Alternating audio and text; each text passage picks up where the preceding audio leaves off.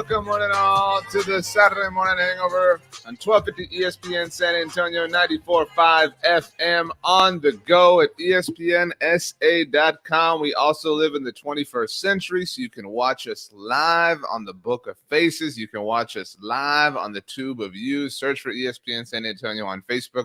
Subscribe to the ESPN San Antonio YouTube channel, and you can see the bright, shining face of the one and only James Pledger. I'm RJ Ochoa. What's up? And you can also just go straight to ESPNSA.com. It is featured on the homepage, first thing you see. Look at that. Welcome to the 21st century, like I said. It's the digital age, my friend.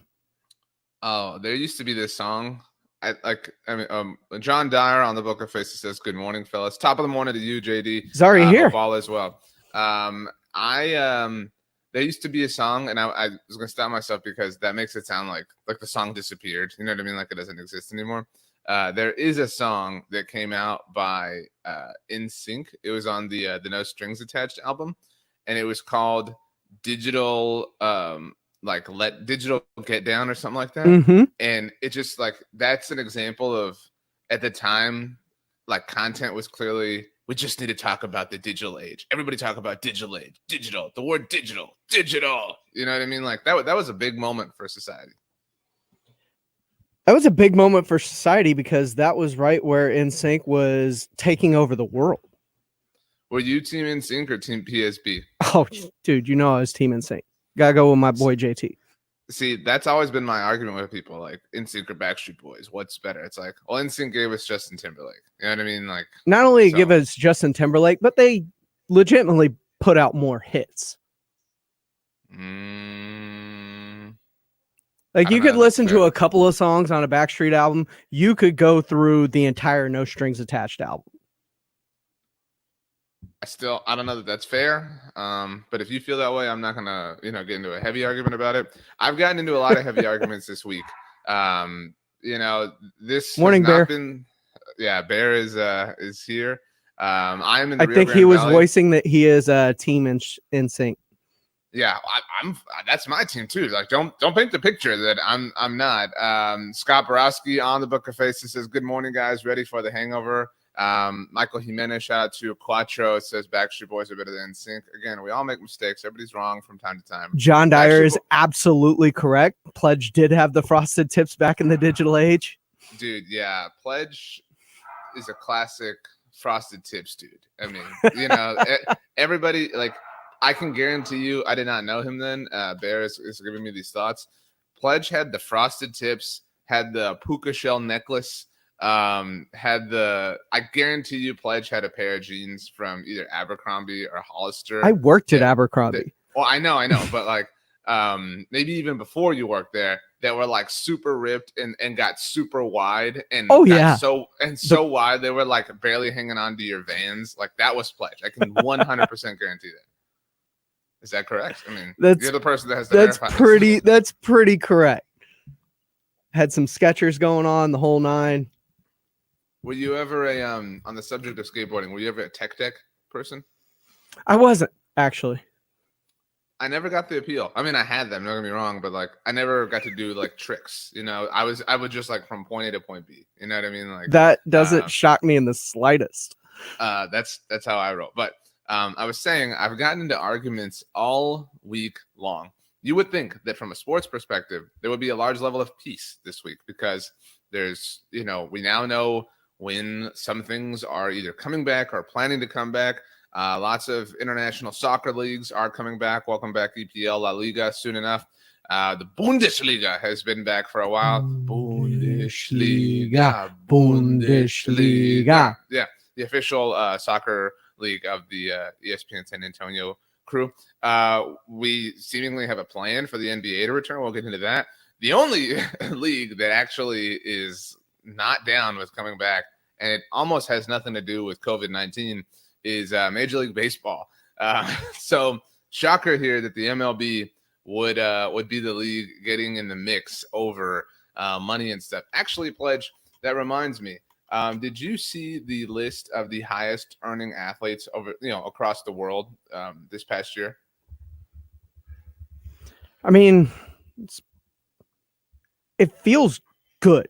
right now. Like, I enjoy the fact that everything seems to be putting, if not proposed dates out there, to where it's like you can legitimately see a light at the end of the tunnel, whether it's La Liga, whether it's the EPL, whether it's the NBA. Right. We still don't know with baseball, but I love the fact that every single thing is at least, can we thank the NFL for this? Because they've gone on as if. They have. I don't want to spring this on you, and I promise I'll walk you through it.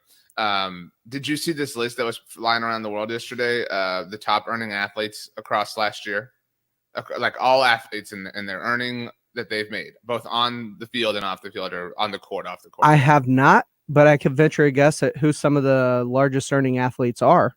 Right. So this will steer us into the MLB conversation. Watch this professional segue. Uh-oh. Okay. Don't hurt yourself. Guess who the highest earning athlete, this is by Forbes' calculation, over the last year was. And that includes sponsorships and stuff, right? Yes, it does include sponsorships and endorsements. And we're talking all worldwide athletes. Highest earning athlete. I'm gonna guess either Lionel Messi or Cristiano Ronaldo. You are close. It is actually Roger Federer. The first time that a tennis player has ever topped the list. And it says, this is the ESPN. It's all that Rolex money. It says a big part of his incoming cash came off the court, as Federer made $100 million in endorsement deals from Uniqlo, Credit Suisse, Mercedes-Benz, and 10 other partners.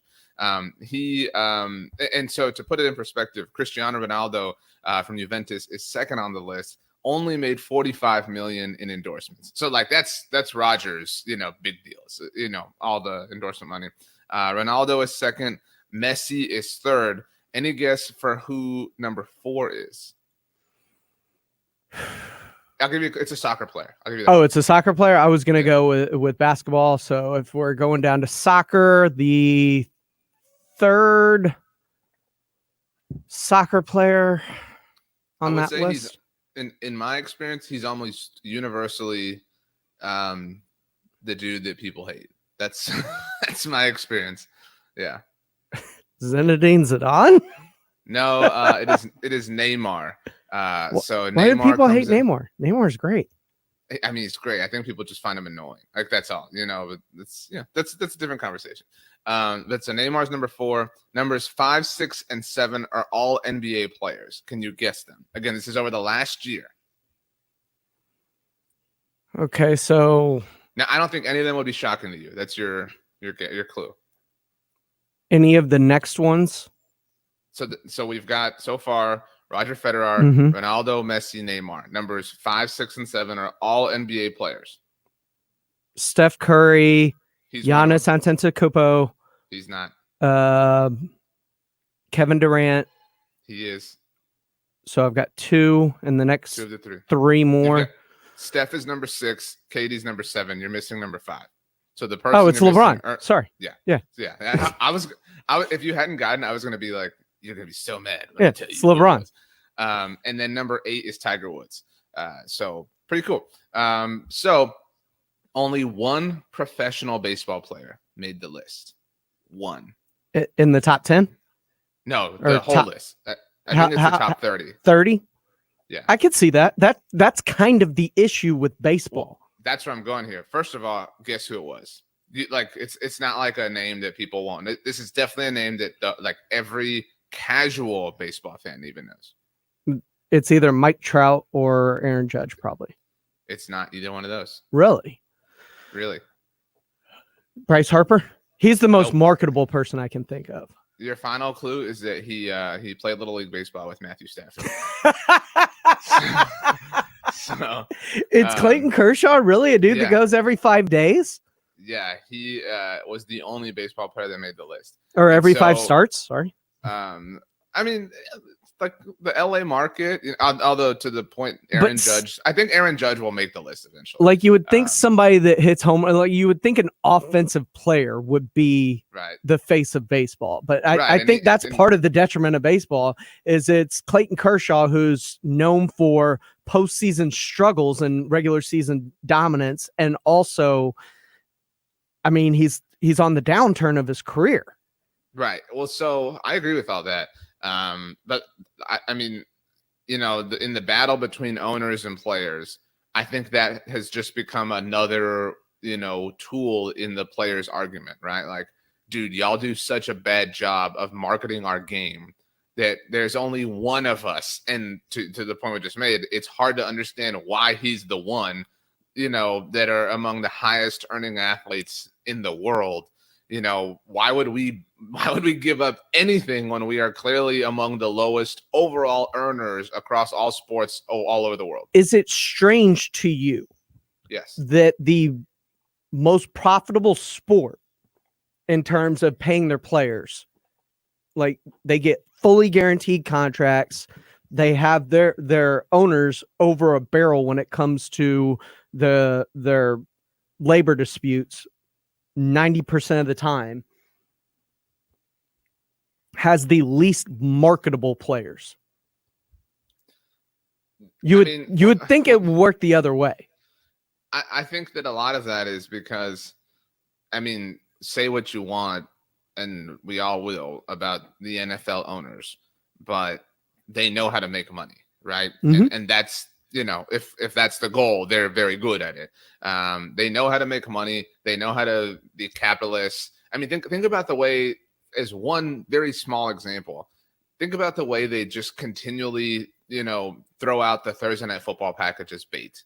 You know what I mean? Like, that thing comes available like every 3 to 5 years. Jacksonville versus Tennessee tonight on Thursday Night Football. Well, but is like tonight on Thursday Night Football on Fox and streamed on Amazon Prime. Like, that's what I'm talking about. You know what I mean? Like, over the last, 5 years, Thursday Night Football has gone through CBS, through NBC, and through Fox. You know what I mean? Like, the league knows how to make money that way.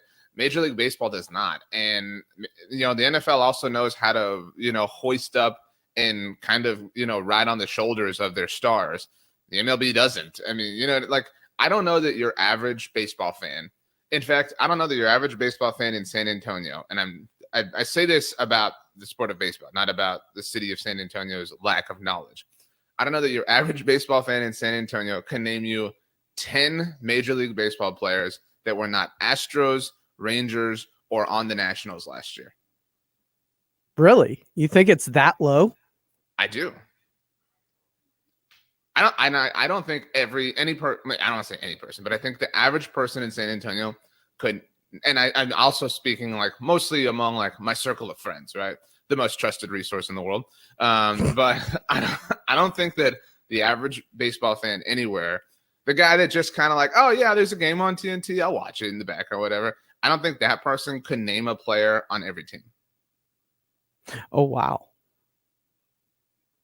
That's the way it is, right? That's the way the game is. Could you possibly, and I'm just going to, because I started thinking around teams, name a Toronto Blue Jay? I couldn't. I can name, I think I can name the guy that Odor just punched in the face. That's about it. Joey Batista? Yeah. I honestly would have gotten there eventually. But you know what I mean? Like, that's just the way baseball is. Like, but are you sure he's even still in Toronto? I'm not. But here's the other thing, and like kind of just going down this line of thought, I also think that this is an arbitrary point.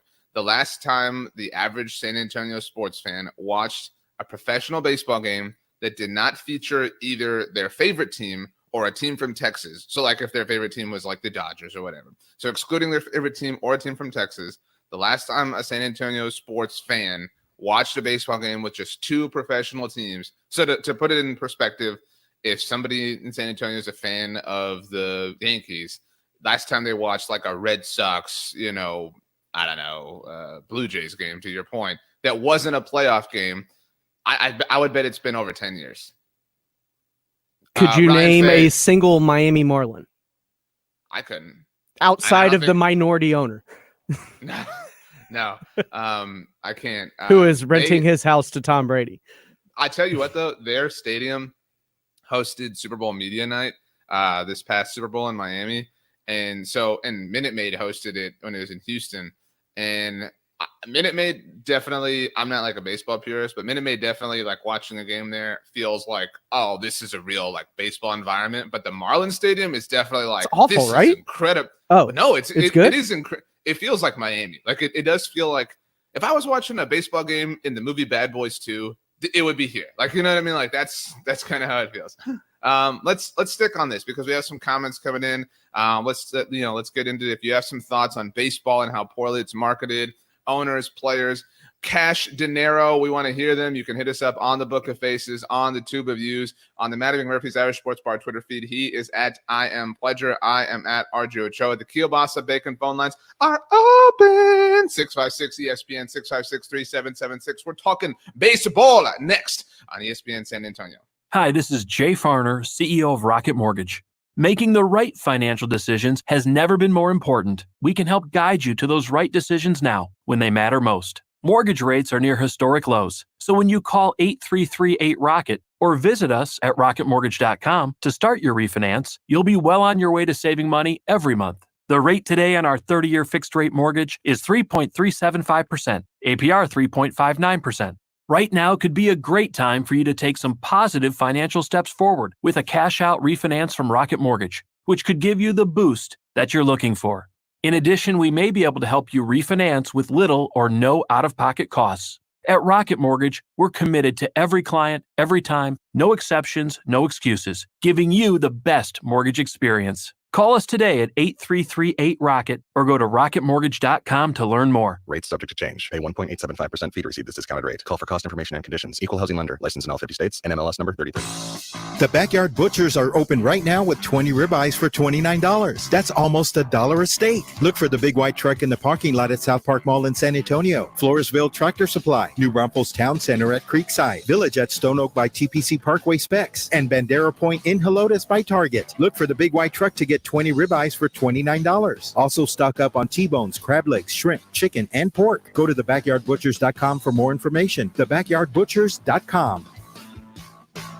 Hi, this is Jay Farner, CEO of Rocket Mortgage. Making the right financial decisions has never been more important. We can help guide you to those right decisions now when they matter most. Mortgage rates are near historic lows, so when you call 8338-ROCKET or visit us at rocketmortgage.com to start your refinance, you'll be well on your way to saving money every month. The rate today on our 30-year fixed-rate mortgage is 3.375%, APR 3.59%. Right now could be a great time for you to take some positive financial steps forward with a cash-out refinance from Rocket Mortgage, which could give you the boost that you're looking for. In addition, we may be able to help you refinance with little or no out-of-pocket costs. At Rocket Mortgage, we're committed to every client, every time, no exceptions, no excuses, giving you the best mortgage experience. Call us today at 8338-ROCKET or go to rocketmortgage.com to learn more. Rates subject to change. Pay 1.875% fee to receive this discounted rate. Call for cost information and conditions. Equal housing lender. Licensed in all 50 states. NMLS number 3030.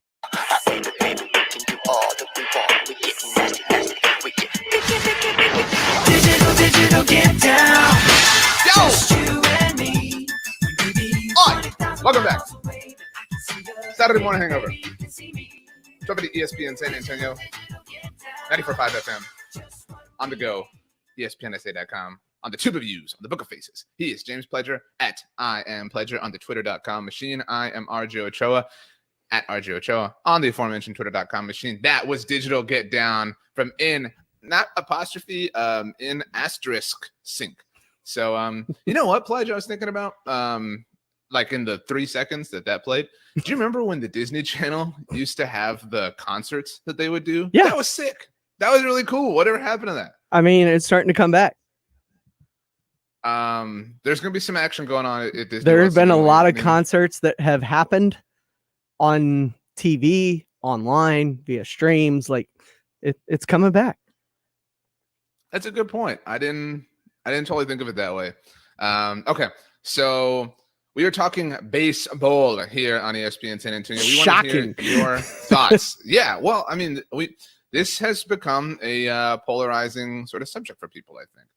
If you have some thoughts on the owners, on the players, on how the game is or should be marketed, hit us up. We're here for your thoughts. You can always call us on the Kielbasa Bacon phone line, 656 ESPN 656-3776.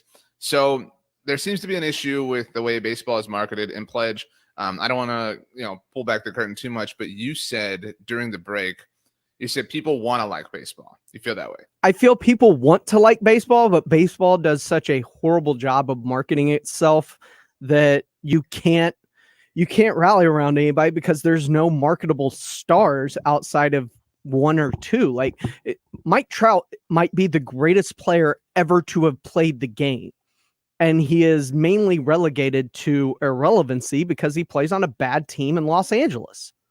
So I remember seeing a tweet from Lindsay Rhodes, who's the host of NFL Total Access on NFL Network. And I don't know this for a fact, but just based on her tweet, it made it seem like she has her son plays Little League soccer, like, just is in a little soccer league. And her tweet was, why don't MLS teams allow their logos and team likeness to be used by Little League teams so that these little kids can like be on a team, right? Like, instead of the Dragons, the Dynamo. Right. Yeah. Like I'm on the Galaxy, and then that kid, like, because that happens, right? Like that kid becomes a fan of the LA Galaxy in a soccer sense because he's on that team. He's telling his friends, like, yeah, I'm on, the Galaxy. Chicharito's on the Galaxy too, whatever. Like my Pop Warner team was the Chiefs. My baseball team was the Astros. Right. And I really worked hard to get on the Astros too. Dude, a sidebar story. When I was a kid, I had a friend who was from Indiana. His name was Nick, and his parents were our basketball coaches. And like, consider this was the mid-90s. They wanted us to be the Pacers for our Reggie Miller basketball team. But dude, like, nobody liked the Pacers. I mean, like, it was like, why are we going to do this? Why do we want to be the Pacers? We don't want to be the Pacers. We want to be the Bulls. Bulls. The Pacers growing up, man. Okay. Anyway, so Reggie Miller was a killer. So, but baseball has that feature, is what I'm talking about, right? Like, so many little kids. Although, what was it? Little kids in Pennsylvania aren't going to be the Astros at the very least, or whatever. That's not true. I mean, I've got a little league team down here that's the Dodgers. No, but there was that story in like Pennsylvania that some little they removed the Astros in general. Yeah. But my point is, like, so that inherent quality is there.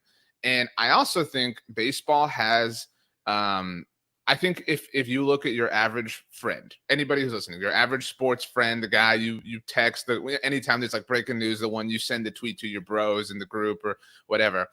I think if you look at all them, the most popular sports piece of merchandise isn't any jersey, isn't any t-shirt, it's a baseball cap.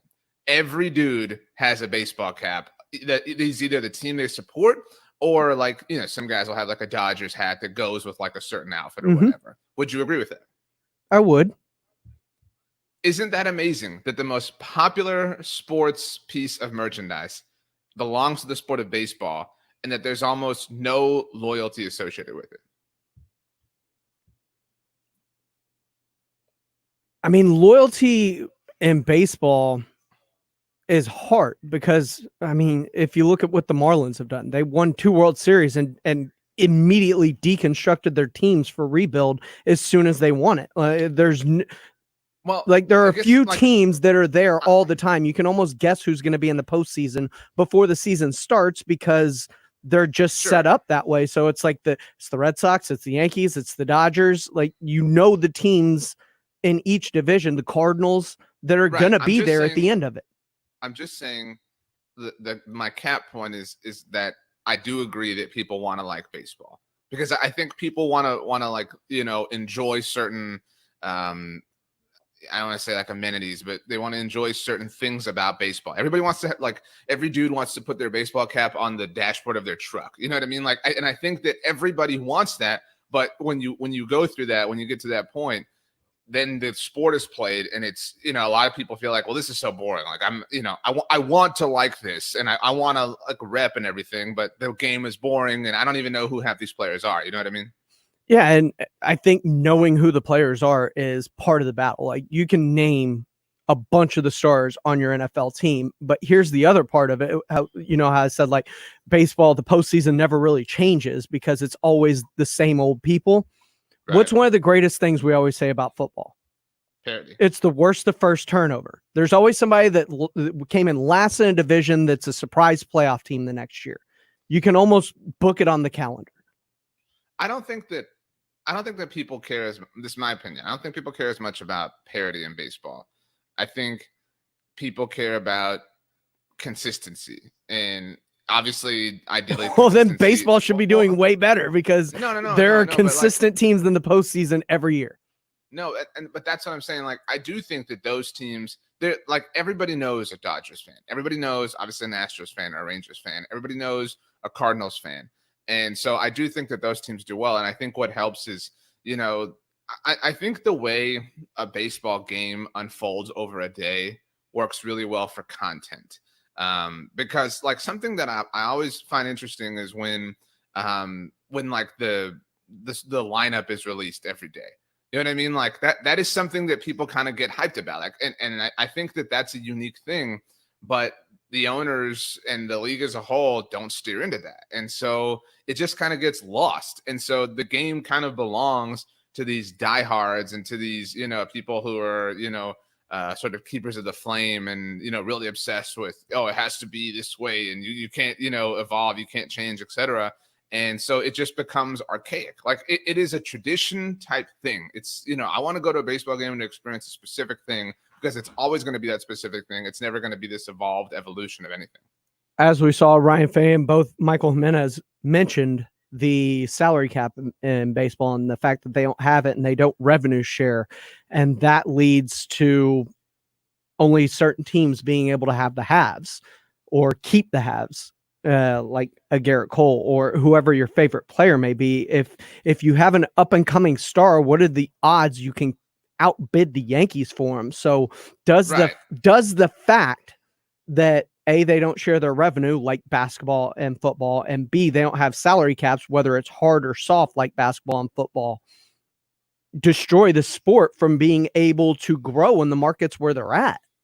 I think that's undeniably true, but I think that's a tired argument, right? Like we've been having that discussion for 30, 40, 50 years. You know what I mean? Like that's, the truth. Like we all know that the Yankees, like some of the most predictable things in the world obviously end up happening that involve the Yankees. Like it was very obvious that Garrett Cole would end up the Yankees. Some of that was more than just money, but you know what I mean? Like, so, but that's like baseball still has had success in spite of that. And I think that I think that like experiences at baseball games are, not what they could be.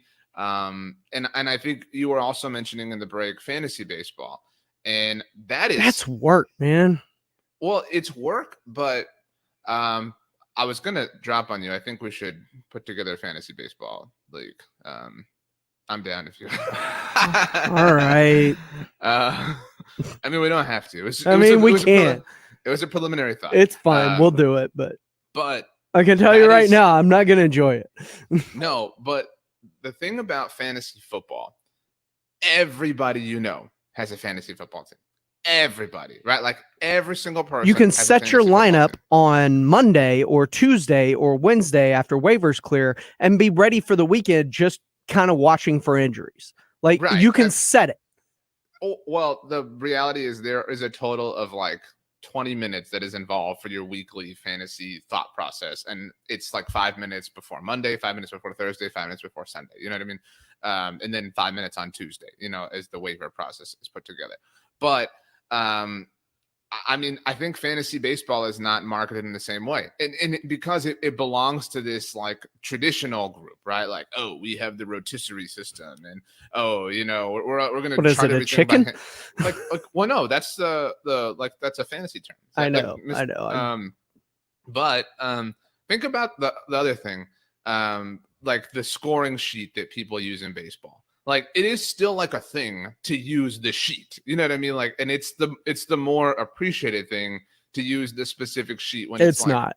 I covered a lot of high school baseball growing up and had to keep a score sheet. It is not appreciated, I promise you. Well, it's not appreciated by those with logic, but like that is a thing among MLB teams, right? Is like that's the way we've done it for a million years, so we have to keep using the score sheet. It's like, dude, you don't have to do that. I mean, it gets better, I promise. Yeah, I mean, it's, but like those are the things that baseball needs to let go of to evolve, because if it's I think the answer to the question is, why are they so stuck in the past? It's because they're stuck in the past. You know what I mean? The fact that they can't get out of the past or find a way to market their young rising star, like a young and up and coming star, should be Mike Trout should be known everywhere. He should be must watch TV. You look at certain players within Major League Baseball. Kristen Yelich should be a well-known commodity. These players aren't. You know why Christian Yelich is known by a lot of young people, honestly? Twitch? Well, I think that's an answer for a lot of people, but pardon my take. Like, Christian Yelich is a friend of them, and they've had like a fun, we don't have to get into it, especially on the radio, if you know what I mean. They had a fun bet about Christian Yelich, but that became like a thing. He became really well known. And I've seen him on Ridiculousness. Those are the things, use like Ridiculous, use Dude Perfect, use platforms like that. Have fun with them. Let them go out and have fun. They don't believe in that. They just don't believe in that. Okay, let's we have a tweet, and we'll get into it about baseball in San Antonio on the other side of this, and we'll also start thinking about what the NBA's got going on, because they have a hashtag plan. More after this on ESPN San Antonio. ESPN San Antonio wants to congratulate the class of 2020. Now they always say congratulations. Upload a picture of your senior now in the Senior Spotlight, presented by the Gamez Law Firm at ESPNSA.com. Make sure to brag and share a little something about the graduating senior. We're showcasing the future now. The Senior Spotlight on ESPN San Antonio is presented by the Gamez Law Firm. Online at ESPNSA.com.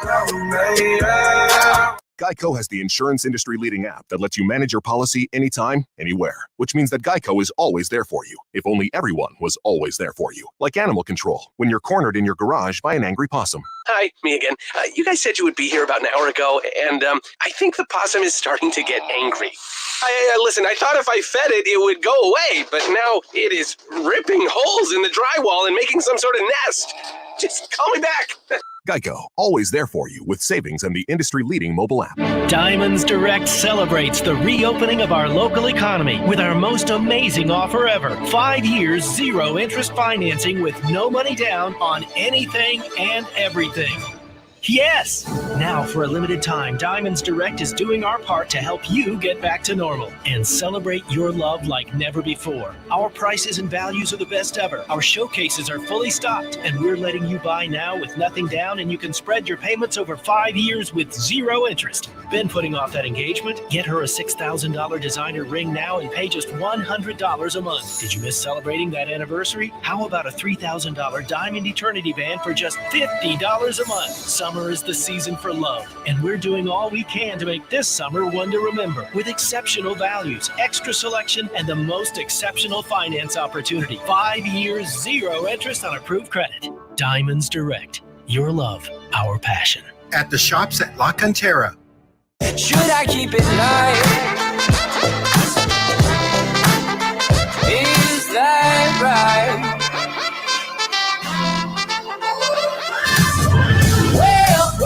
We go. Yo, welcome back. Down that road. ESPN San Antonio, where it always is. 94.5 FM. On the go at ESPNSA.com. On the Book of Faces, the Tube of Views. Twitter.com at IamPledger at RJ Ochoa. Number one in your hearts. Number one in your minds. Number one in the soles of your feet. Pledge, what'd you have for breakfast today? I haven't eaten breakfast. I'm not a breakfast person. Yeah, I'm not either. I got to be in the mood for breakfast. I agree. I also have to have the right plans. You know what I mean? Like for the day. Because if like I'm doing something at noon, it's like I don't want a huge, breakfast thing or whatever. You know what I mean? But what is your ideal breakfast? You're like, and it doesn't have to be super elaborate, but it's like, Pledge, we're gonna make breakfast. What do you want? Either pancakes or waffles. Off to the side, bacon. Eggs over easy with the shredded hash brown like you get at IHOP, but it has to be like crispy on the top. Pledge, you live in San Antonio, Texas. We got to fix this answer. I'm just saying. It's not breakfast tacos, man. It's not there's a lot of other options that are great for breakfast. We got to work on it. That's all I'm saying. Got to work on it. So got a tweet on the Matty McMurphy's Irish Sports Bar Twitter feed from Fred on Twitter at FredvilleSA. Fred says, nice to hear baseball talk. Hey, baseball. Says on the Dan Patrick show this week, on Thursday, former Mets general manager Steve Phillips talked about baseball looking to expand to teams. We've heard, by the way, A-Rod's interested in the Mets yet again. Apparently, Steve mentioned San Antonio as a candidate. I'm going to just spin this into, when do you think we will get another professional sports team in San Antonio? Or not when. How about this? If I said, do you think that San Antonio will have any professional sports team added to its rotation in the next 3 years? You would say no. I agree. But it's not just San Antonio. I don't think any professional sports teams are going to expand in the next 3 years just because, I mean, we're not even allowed to have fans in the stands, at least for the next season that we know of. I agree. I mean, obviously, current times have disrupted a lot of, potential for stuff. I think so. I think 5 years is the minimum. Like, you go 5 years out, look at that timeline. I think so. We've been talking a lot on Saturday Morning Hangover and the Blitz about Jamal Adams and the Cowboys, right? And I think we all agree. Well, hang on, trust me. Really? Where was I? I know. And I think we all agree that the Cowboys are a tool for a lot of players, right? Like, a lot of agents float out the Cowboys to up the value of their player and with their current team or a different team. And they're a negotiating tool. And I think that San Antonio is that for a lot of professional sports teams at the stadiums. Oh, you don't want to build a new stadium? We'll go to San Antonio. They got the Alamo Dome. That's like the conversation. You know what I mean? I would love to be wrong. I think the MLS was the greatest chance. Obviously, Austin kind of disrupted that a little bit. Yeah, it's especially right now with baseball in a state of flux. You have players laying off minor leaguers left and right all over. The good news is that the Astros are one of two teams that have been mentioned that are going to pay their minor leaguers $400 stipends through August 31st. So as the consummate villain of the 2019-20 season, the Astros doing the right thing in that area, which it's good to see. This is, I think, the most baseball talk that ESPN San Antonio has had in maybe like all ever year. But you forgot to say ever. It is interesting how the Astros still. So the other day, this is where my thought was born.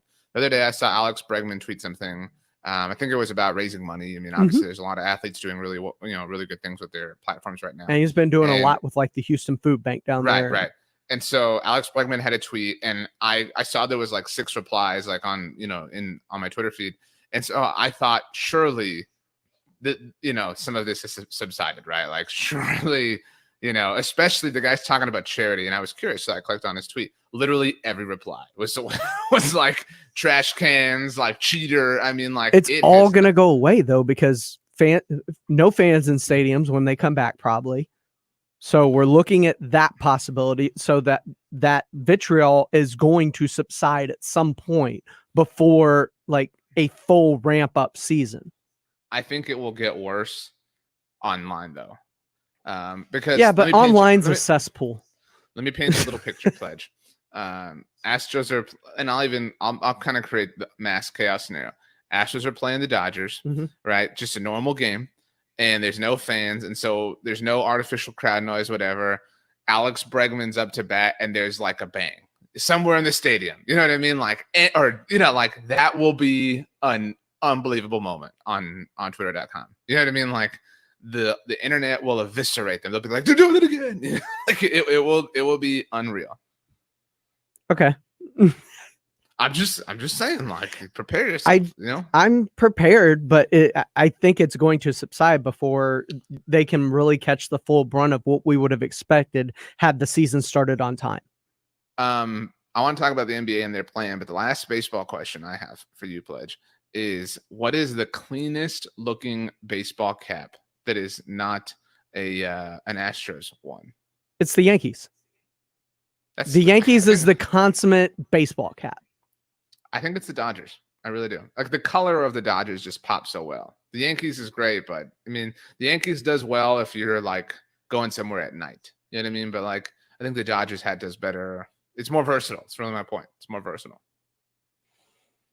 Sure. And Nathan Ramirez has a wrong. great point because baseball players do hold on to slights forever. It feels like, oh, this dude threw at me inside 3 years ago. Yeah. By the way, Nathan Ramirez's profile picture, it looks like he might be on the golf course. I can't tell. Yeah. But so let us know where you play, Nathan. Okay. So speaking of where people play, the NBA pledge has a plan. Is hopeful to return on July 31st, which when I first read that, like when I first saw the date, I thought, oh, okay, awesome. That's soon. Dude, that is still 2 months away. That's crazy. Well, you got a month training camp, basically. They're going to vote on this Thursday. By the time that's done, they have to put a plan in place to have everybody return and get kind of things started to where you can have multiple workouts, get everybody tested. So you figure it's at least mid-June, Father's Day weekend, before they can kind of corral everybody down to which Woj and Ramona Shelburne and Zach Lone of ESPN are all reporting. Disney's Wide World of Sports, the ESPN San Antonio complex, bubble scenario, 20 to 22 teams. And if that's the case, the Spurs are one of those teams probably. Okay. It's time to open up. I mean, everything's opened up. The Matty McMurphy's Irish Sports Bar Twitter feed is open. He is at I Am Pledger. I'm at RJ Ochoa. The Kielbasa Bacon phone lines are open. Numbers right there at the bottom of the screen. 6563776. Yes, the number is at the bottom of the screen if you're watching on Facebook or YouTube. Those comment sections are open. Let's just argue, right? Like, let's debate. Or not even debate. Let's just get our feelings out. This is the couch. Consider the SMH your couch. All right. We are the therapy couch. I do it a lot for Michael Jimenez, the Quattro, when he's here. So I'll open up the therapy couch. The therapy couch is here. And the question is, do you want to see the Spurs go at this? I'll let you start. So I know that I've made the case that I do not. Let me state now, before the whole conversation runs away from me, I, of course, want to watch the San Antonio Spurs play basketball. Like that emotion is in my soul. I do want to watch that.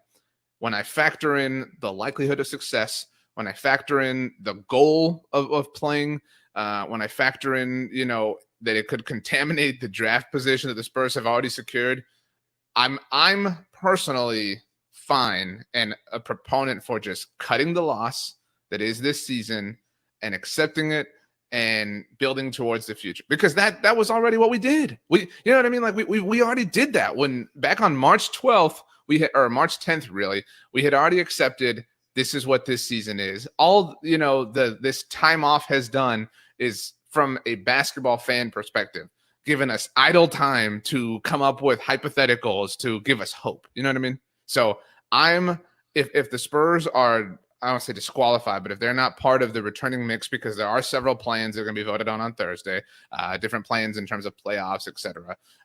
If they're not part of it, I'm okay with that. I'm going to tell you my thoughts on this. Oh? After this.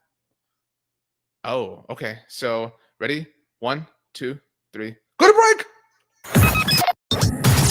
Hungry for something other than leftovers? Support your favorite local restaurants at satxtogo.com.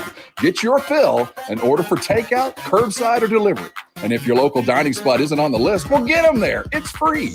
Also learn all kinds of fun ideas to make the best of our social distancing in the 210. That's satxtogo.com, satxtogo.com, powered by Alpha Media and ESPN San Antonio. We're here to tell you about Boost Mobile's new upgraded network. That's right. Stronger signal, faster speeds, and more coverage. So now you can get everything you want faster, like Pitbull's music.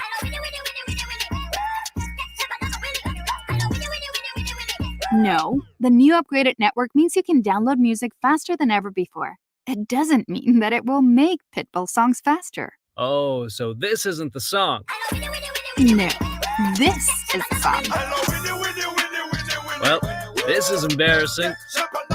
Step up with Boost Mobile's new upgraded network. Stronger signal, faster speeds, more coverage than before. Switch and get 4 unlimited lines for $25 per line per month and 4 free LG K51 phones. Access to upgraded network requires compatible device. New customers only. 4-line offer requires at least 1 port and activation from eligible carrier. Free phone limited to 1 per line while supplies last. Customers using more than 35 gigabytes of data during billing cycle may be deprioritized during times of congestion. Offers and coverage not available everywhere. Additional terms and restrictions apply. See boostmobile.com or retailer for full details. Every home has a to-do list. That leaky drain, bare spots on the lawn, repainting the trim. To finally get that to-do list done, call in a pro.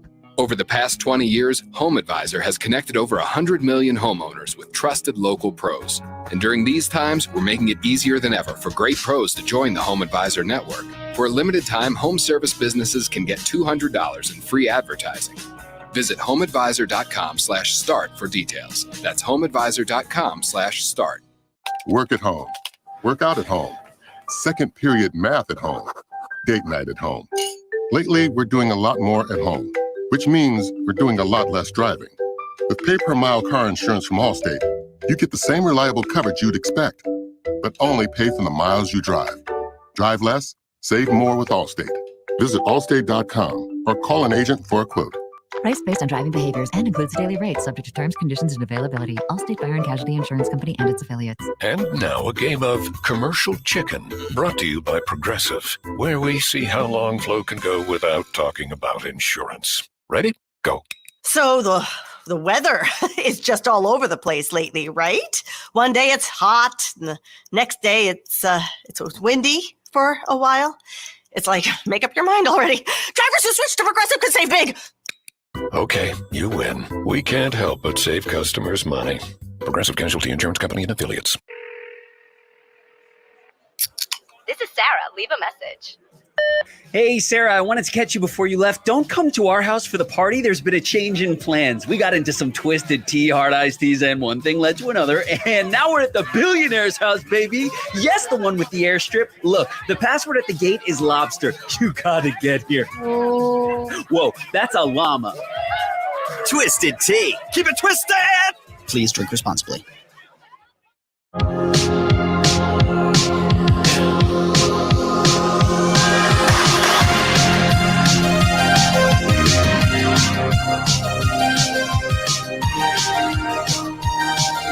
Having fun there?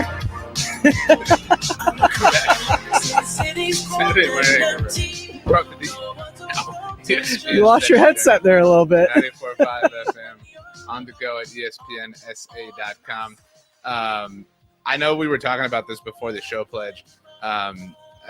So I asked you before we started if you are on TikTok, and you said no. Not yet. And right. You said, I'm thinking about, getting TikTok just so I can enjoy it, right? Like I'm not going to, create any videos, whatever. And I am definitely a lurker on TikTok. And I don't know if you've seen it, but if you're listening to the Saturday Morning Hangover, you missed my horrible impersonation. But if you're watching us on Facebook Live or YouTube Live, go like ESPN San Antonio on Facebook. Go subscribe to the ESPN San Antonio YouTube channel. There's a really popular, I don't know what to call it, like a really popular template of videos that people are doing to that song, where there's like a dabbing routine. So I was kind of like impersonating it right now. If you have a sample of this video, please tweet it at Pledger and I am Pledger at RJ Ochoa. Ryan Fay on the Book of Faces. Giannis is going to kill the NBA when he moves to Golden State. Lottery pick: Steph, Clay, Giannis. Who is your 2 team, Pledge, after the Rockets and Spurs? Who's my number 2 team? Yeah, like who do you root for? If you had to assign a level of loyalty outside the Houston Rockets, Pledge is from Houston for everybody that's doubting him. Outside the Houston Rockets or the Spurs, because you obviously have a lot of interest in the Spurs. Who's your 2 team? It's either the Celtics. It's a good answer. Because I love that jersey growing up. Larry Bird. Sure, love the hardwood. Sure, yeah. Sure. Or the Mavericks, because I grew up during the era with Jason Kidd, Jamal Mashburn, and Jim Jackson, the Triple J Ranch, as they call it. And I loved Jason Kidd coming out of college at Cal, and I thought he was one of the greatest point guards. And of course, then they had Dirk and Steve Nash for a little bit. So, as much as I'd like to hate on... So you're just Team Texas, Team Lone Star State. Sure, why not? I think my current 2-team, I'm a proponent of having my 2-team sort of move. Your, you know what I mean? Like your 2-team currently, I know who it is. That's right. It's the Bucks. Well, yeah, that's what made me think of it was Giannis. Okay, let's get back to the Spurs sort of therapy place couch in all this. Yeah, we're in the therapy couch. 656 ESPN 656-3776. Do you want to see the Spurs return this season from the perspective of goals for 2021? And I keep hearing the same argument. As long as they don't mess up their draft position, as long as they don't mess up their draft position's 12. Okay? Let's not act like you're getting, LeBron James at 12. Okay. There aren't a lot of, superstars that are found every year outside the top 10. There are some, and there's obviously, but you're talking about an off season where there's likely not going to be a combine.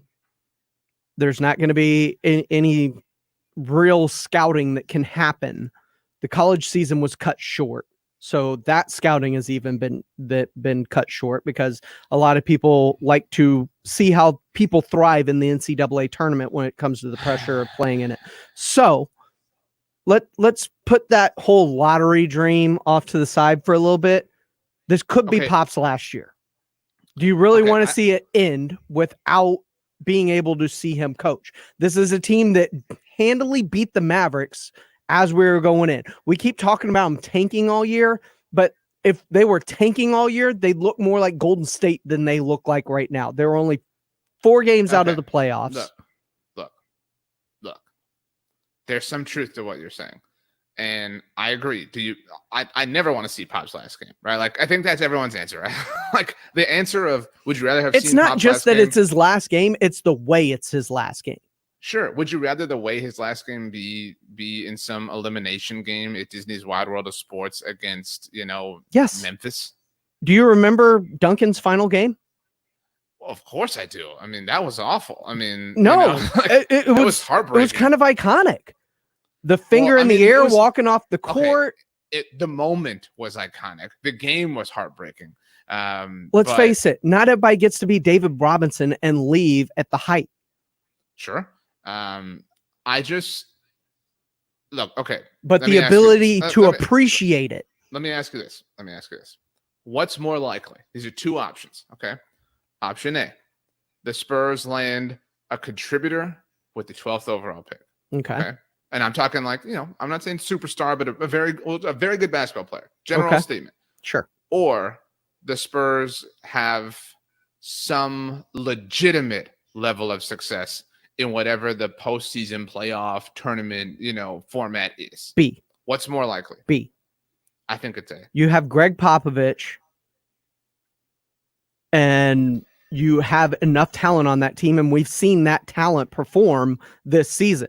It hasn't been consistent, but we've seen DeMar DeRozan play outside of his mind. We've seen LaMarcus have big games. We've seen DeJounte. And what's more important is we keep talking about corporate knowledge and it's the Spurs way.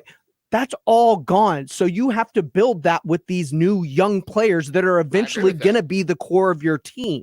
The DeJountes, the Keldons, the Lonnies. You have to get them postseason experience because they don't have it. Okay. I don't disagree with that, but let me create another hypothetical for you. And we certainly want your thoughts on this hypothetical as well. We have another hour in store for you after this upcoming break. 656 ESPN 656-3776. John Dyer on the Book of Faces says, man, I'm loving Pledge's confidence in the Spurs. I'm all in, baby.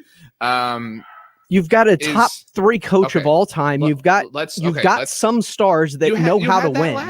You had that last year. And you made the playoffs. And you faced a Golden State juggernaut. Well, you blew a lead to Denver. That was last year. Golden State was 2 years ago. I mean, you ran into Golden State 2 years ago. That's fine. Still won a game. Denver, who was in the Western Conference Finals, by the way, right? That's, again, you ran into a very good Nuggets team, and you almost beat them, to be very fair. Derek White almost had his superstar real coming out party. But my point here is, and we don't know what this format could look like. Just for the purposes of this conversation, let's assume it looks like a normal playoff run, right? Like just a normal playoff. Let's say best of 3 early on. Right, but I'm talking same number of teams, etc.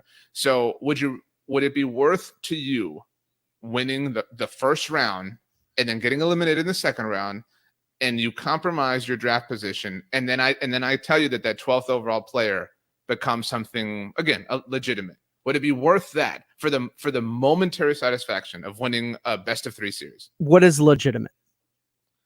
I don't know. Give me a type of player that's legitimate. Is it like a Kyle Korver legitimate? Yeah, we'll put it like a Kyle Korver, like a Shane Battier, like Shane Battier was a top 5 selection. Okay, but I'm talking about like over the course of time, I'm not trying to belittle Shane Battier, believe me, but not the superstar, not a face of your team, but a guy who starter. We'll call it a starter. How about Okay. that?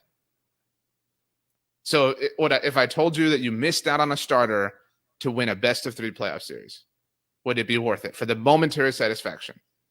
Yes, because you don't know how valuable that experience is. There's a reason that Greg Popovich always talks about not skipping steps. And part of those steps is getting players the ability to perform under pressure. So you can't skip the steps with DeJounte Murray or Derek White or Lonnie Walker. These players need to get to a certain level and they have to experience that. And the elephant in the room is we don't even know if DeMar or LaMarcus are going to be a part of this team next year. And that's a big thing moving forward for this Spurs team when you're talking about a whole bunch of youth. And if there's a whole bunch of youth and they don't have the steps in place, then there is the opportunity that this team could truly bottom out. And if it bottoms out, we don't know for how long it could be, especially if this was Pop's last game. You're listening to the Saturday Morning Hangover right here on 1250 ESPN San Antonio as RJ cracks open a beer to commemorate the Saturday Morning Hangover.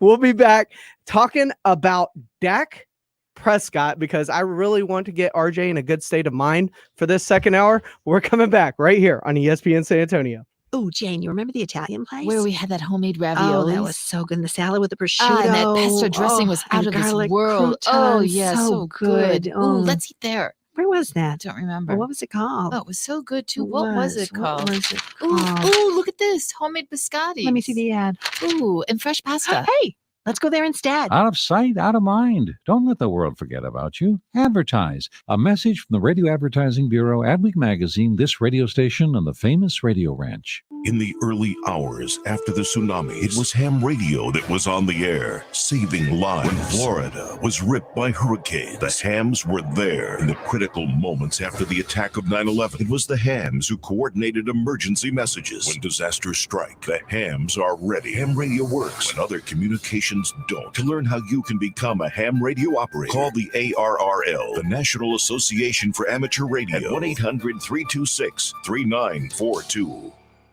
Howdy, Mr. Wildfire. What can I get you today? Well, I'll have a toasted wood-shaped shingle sandwich, the backyard dry brush salad, and an old gazebo sundae sprinkled with precious photos and family heirlooms. Anything to drink, sweet pea? Yeah, carelessly stored paint thinner.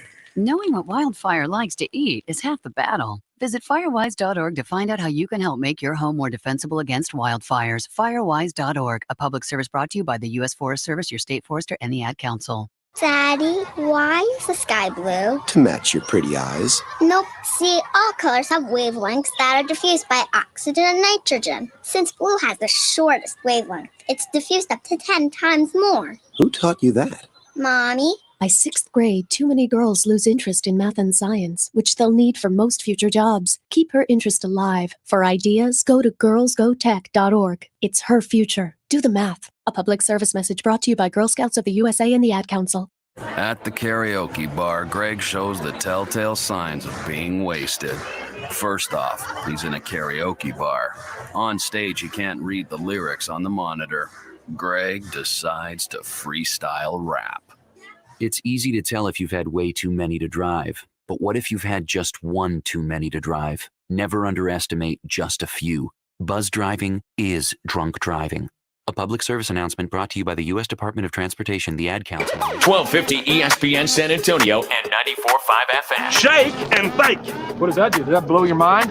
That just happened. KZDC San Antonio. James Pledger, RJ Ochoa, the Saturday Morning Hangover.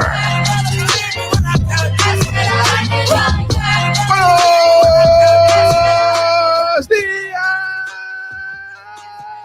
San Antonio. Bienvenidos a todos a 1250 ESPN San Antonio, 94.5 FM. On the go at ESPNSA.com. You can stream us live at ESPNSA.com. On Facebook Live, go like ESPN San Antonio. On the Book of Faces, you can also stream us live on the Tube of Views. Go subscribe to the ESPN San Antonio YouTube channel. He is the one, the only, the incomparable, the always incredibly dressed, the debonair James Pledger. I am RJ Ochoa. Sup? What's happening, RJ? Well, you feeling good? I feel great. And did I renew your confidence at all, or no? I had a taco during the break. Nice, it was fantastic. And I did crack open a Diet Coke for everyone keeping score at home, just in case Pledge perpetuated a lie. But yeah. So look, I don't feel not confident in the Spurs, right? That's what we've been talking about for a little while. I don't feel pessimistic. I don't feel like Rob from the Blitz is super again, he's driving. He's been team tank since last year. That's what I'm saying. He's driving the train. I'm in the comfortable compartment. You know what I mean? Like I'm playing dominoes. I'm on the ride. You know what I mean? I'm not like super into it. You know what I mean? If they're if over the PA system, Rob is like, we gotta check something on the engine. We're gonna stop here. There's a restaurant if you want to stop and get a bite to eat. Like that's where I'm at. If they actually tanked properly, I would be more happy about this. But nothing they've done suggested they were tanking, because they continue to win games and a multitude of games to keep them in the playoff hunt.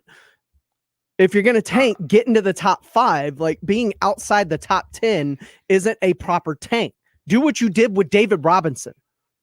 Sit him for the season so you can get Tim Duncan to play with him. I don't disagree with that. There are a lot of thoughts on the Spurs these days. We all have a lot of opinions, and we certainly encourage all of your opinions. You can tweet at us at I am Pledger, at RJ Ochoa on the Matty McMurphy's Irish Sports Bar Twitter feed. You can always get us on the Kielbasa Bacon phone lines. They are open, 656-ESPN, 656-3776. Angel has dialed in. Angel, happy Saturday morning to you. Happy Saturday morning to you, RJ. And, of course, happy Saturday morning to Pledge. And, of course, again, Kielbasa Bacon is just the best. It's the best. Nice. What's up? Well, I just want to say that once again, Pledge is right, and this time he's doing it without trolling, in that the Spurs haven't tanked correctly. And as much as I like Shane Battier, who ended up being more than a solid starter, he was an NBA teammate of the year and the type of person that the Spurs really surround themselves with, but he was never an all-star. Sure. So, I mean, look, that was a hypothetical. I mean, again, if we remove that to just call it a solid starter, like call it Danny Green, a solid starter, would you rather have that or a first-round playoff win in whatever this format ends up being? Well, no, you want the solid starter and hope that you can hit it out the park, possibly like we did with Lonnie Walker. Walker still has a lot to go with, but he has the highest potential there. And, first round playoff exits, you're just going to be stuck at that spot for years and years and years. You're never good enough to win it all, and you're never bad enough to get a really great pick unless you happen to get lucky. Sure. So then what do you want to see? Do you want to see them go forward? Oh, Angel's gone. Angel. That's my bad. I didn't know you were going to follow up with him.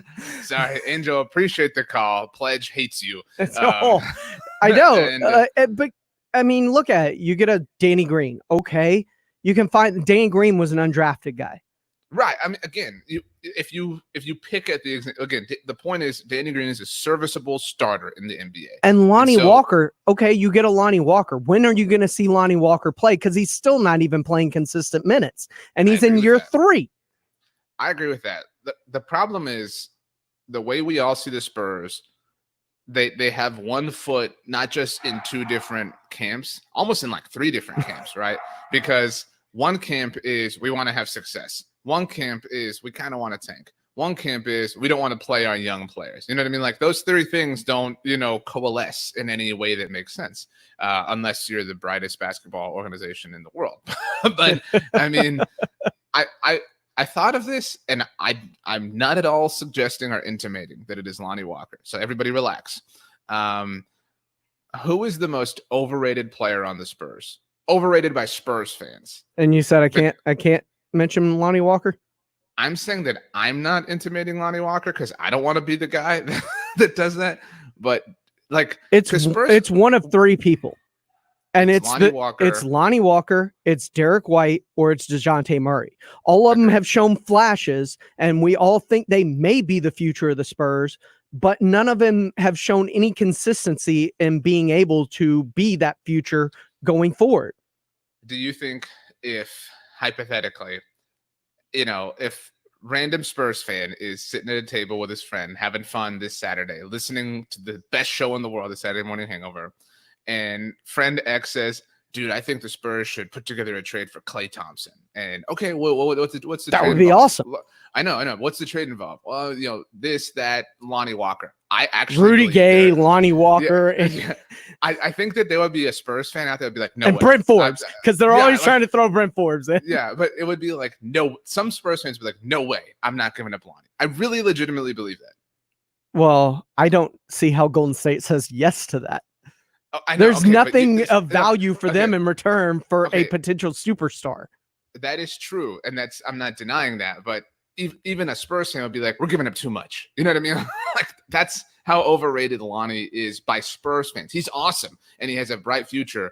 But we've also would you give up future 3 because you can't give them up in consecutive years? 3 first-round draft picks, Lonnie Walker and Derek White for Klay Thompson. I mean, if I'm to assume that the first-round draft picks are Spurs first-round draft picks, They are. Well, I know, but I meant like classic Spurs first-round draft picks. You know what I mean? Like, You just have to assume what you have left after the trade. Plus, no, but what I mean is like they're gonna, we're talking about like Spurs teams that are going to not be tanking. You know what I mean? Like that's what I'm talking about. Well, I mean, you just added a potential all-star in Klay Thompson, so I would do that. I see a bunch of people saying no. Yeah, that's what I'm saying, dude. Like Lonnie's awesome, but I think people have taken his future already, and they're already like, he's that guy. And I think draft picks are overvalued in a sense. Oh, they're so overvalued. I mean, in the NBA, I think they can be over. I think in the NFL they're overvalued in the moment. You know what I mean? Like leading up to. But they're very important in the NFL. They are. Well, I really believe so. I think that you nailed it. The most overrated Spur by Spurs fans is either Lonnie, Derek White, or DeJounte. I think it was DeJounte for a while, and then Lonnie came along and maybe took the mantle from DeJounte in many ways. Any surprising it's their last 3 first-round picks prior to Keldon and Lucas. No. I also I don't know but whatever. But it's the draft picks. It's the homegrown talent. There's something about them that they're like, well, what the Spurs can figure out how to make him great. Well, sure. But part of it's on like what made Kawhi great is Kawhi being great and willing to work at being great. There's a great book that should be written about that, right? Like about the Kawhi effect. In that, because part of it, I think, is the fact that Kawhi became this superstar for the Spurs from their own. Saying, like the Kawhi effect being Kawhi justified it, the thought that it wasn't just this flash in the pan. You know what I mean? Like it's a system. You know what I mean? Like it clearly is. It doesn't have to be a top 5 pick. Right. Like it clearly can happen again. Kawhi kind of justified that thought process. And so Kawhi and the success he had gave birth to. They can do it again with DeJounte, with Derek White, with Lonnie Walker, etc. John Dyer says, if we keep DeRozan and LaMarcus, then yes, I would. If you're telling me that DeMar DeRozan, LaMarcus Aldridge, Klay Thompson are on the Spurs, do whatever you want. Klay Thompson's your floor spacer, man. Yeah, I'm super down with that. Well, and by no means am I insinuating that there's any possible way that Golden State would get rid of them. But with the thought of the NBA salary cap shrinking, teams having to get under the cap, the new building that the Warriors opened that was supposed to be their cash cow in terms of revenue not being available to them, there's a good chance that the Ryan Fay made the comment about, man, when Giannis joins Golden State, it's going to be sick. Well, a wrench may have been thrown in that because of the current state of the salary cap in the NBA and the no fans and everything that leads to the salary cap and the ability to pay the players and the plan that they had, to where if that salary cap falls in substantially, they won't be able to afford the roster they have, much less adding another max superstar. Who wins the NBA title this year? I think possibly if I asked you that on March 10th, who would you have said? Probably Milwaukee.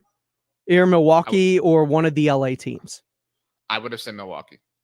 And I think that in many ways, from an on-the-court perspective, all of this damaged Milwaukee more than anybody, because this was Milwaukee. Joe sent this on Facebook Live, says the Spurs. I got him, man. Therapy couch worked.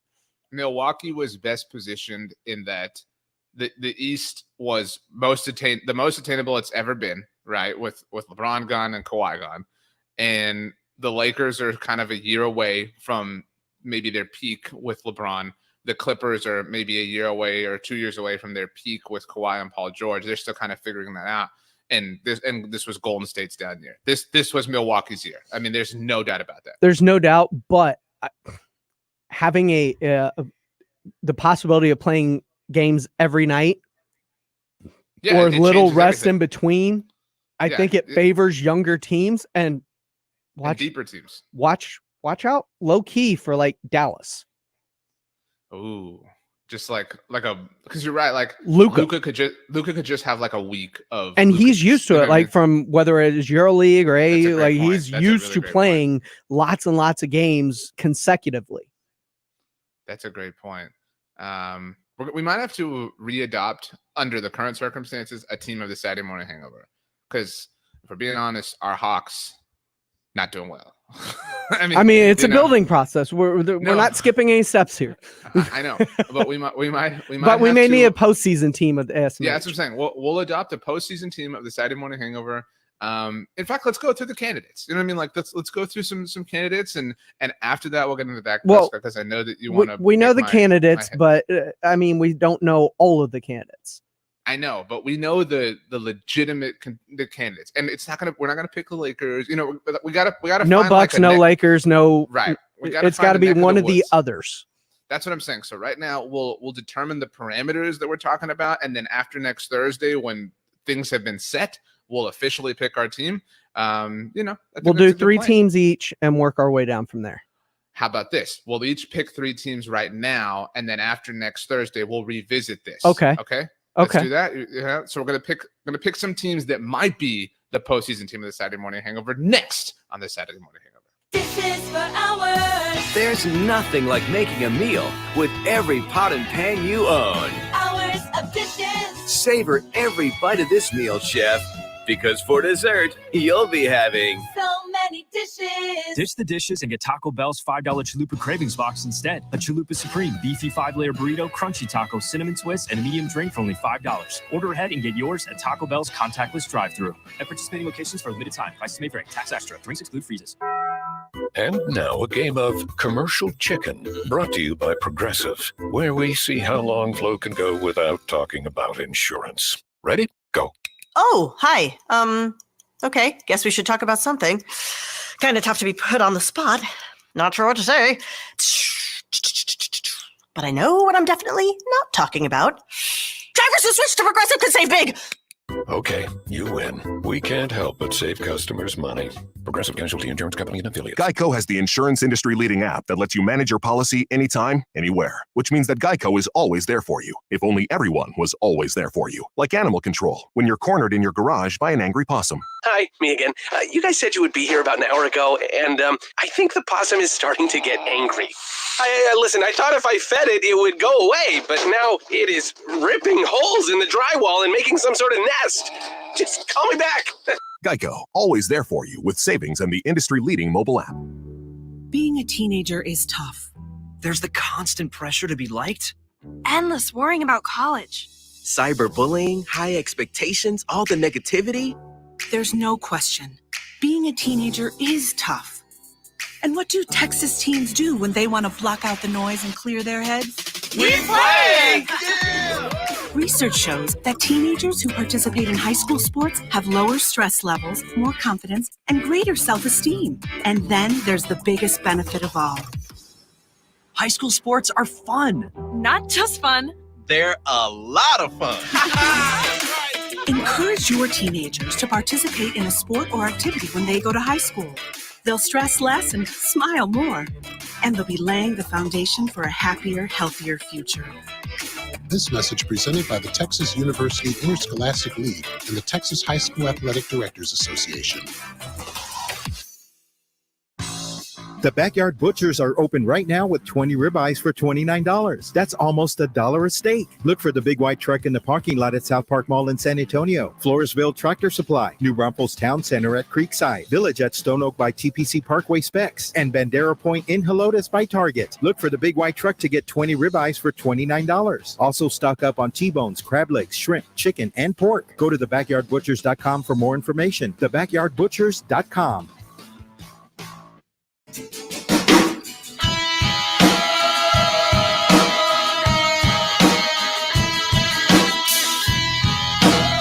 Website question today. Welcome back. Saturday morning. ESPN San Antonio 94.5 FM on the go at ESPNSA.com. That was a special shout out to those who listen to the Blitz and the SMH. Basically, all of you, because we know that all of you are geniuses. He is a genius. He is James Pledger on Twitter. I am Pledger. I am R to the J Ochoa at RJ Ochoa on Twitter. Is that the number 2 or like TO? What? R to the J. Oh, TO. R to the J. You can always hit us up. The Kielbasa Bacon phone lines are open, 656-3776, 656-ESPN. And you might want to, because we are about to speak for all of you. So Pledge and I do this a lot because we like to have fun. We have teams of our show. For example, the college football team of the Saturday Morning Hangover, Oregon Ducks. In many ways, that is kind of the college team in general of the Saturday Morning Hangover. Obviously, there was no NCAA tournament this year, but we would have been looking good on the women's side. Yeah, with Sabrina, had that happened. Unfortunately, it did not, obviously. But so we'll have to revisit that in the fall, God willing. You know, maybe we're going to adjust that. But we went into it with Oregon last year. NFL team of the Saturday Morning Hangover. Arizona Cardinals. That is entering 2019, so we're solid there. Previously, our NBA team has been the Atlanta Hawks, and that is seemingly up for grabs. Now, we're starting this off with this being a playoff postseason team of the SMH, but maybe it becomes the permanent team of the SMH. And since you are an SMH listener, we value your input. And if you have a case for a team for us to support, a non-Spurs team, of course. Non-Spurs. And also, we're eliminating the top 2 teams in each conference. Right. So we cannot pick either Los Angeles team, Milwaukee, or Toronto. The point is to pick kind of a lower level team that we can all support. And we all acknowledge the Spurs are our top team, our number 1 team. This just gives us a vested interest outside of that. So we had said top 3. But Pledge and I are each going to present 5 teams. Pledge is going to write them down. Because when he is on the show next week, he'll have that piece of paper available to him. We did not do this with the last thing we bet on or whatever it was. I forgot what it was. Yeah, it does. I got the NBA jerseys.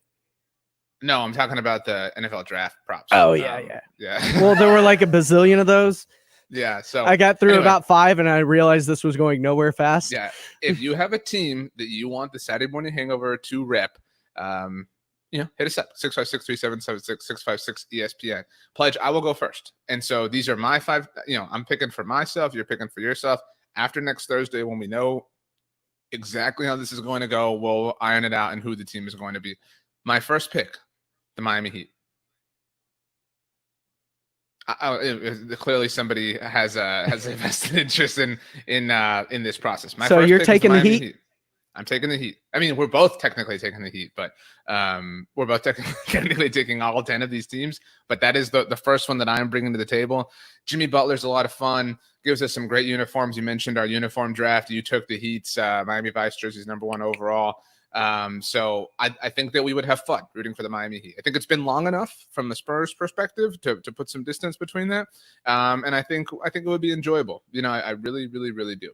It's crazy actually. The same amount of time has happened from the Spurs loss of the Heat as the Heat's first title win to that moment. Oh, wow. At the time the Spurs lost to the Heat, it had been 7 years since the D Wade Shaq Heat title, and it has been 7 years since the Spurs lost to the Heat. That's weird to me. Do we have a call? Do we have somebody that wants to make a case? We did, but oh, okay. Well, yeah. My pick on my side. You'd rather pick yourself. Yeah. Okay, I got it. Plus, I haven't finished talking to him because you threw it to me, so I just threw him on hold real quick. I'm gonna go with another team. Internet radio people. I'm gonna go with another team in the Eastern Conference with also a great set of jerseys and a bona fide superstar in the making in Jason Tatum. So I am taking the Boston Celtics. Okay.